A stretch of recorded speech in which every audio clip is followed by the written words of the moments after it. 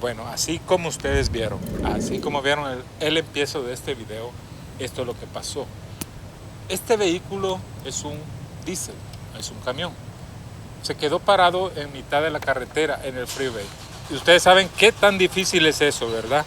Bueno, entonces lo que pasó fue, como ese cable va arriba de un braque de hierro, en una pieza de hierro, la vibración del motor diésel hace eso.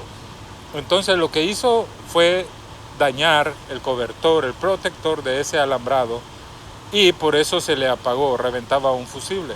Lo que tuve que hacer yo es localizarlo primero. Me costó mucho, 1 hora, 2 horas máximo, y detecté el mal. Claro, le tuve que poner la corriente inversa.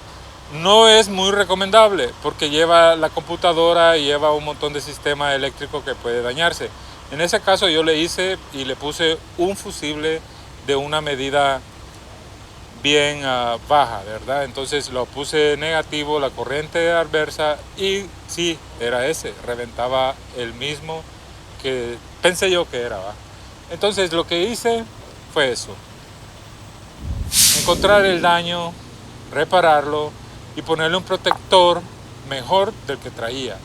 Entonces le dije al amigo: mira, amigo, tu trabajo ya está, puedes volver al camino sin miedo, sin nada. Así que ya saben, amigos, si les gusta este video, este contenido que yo tengo, denle like, compartan, síganme. Eso es gratis, eso es bueno para ustedes. Ustedes van a aprender a ser buenos mecánicos. Así que ahí les dejo el video. Hasta la vista, viejo. Bye.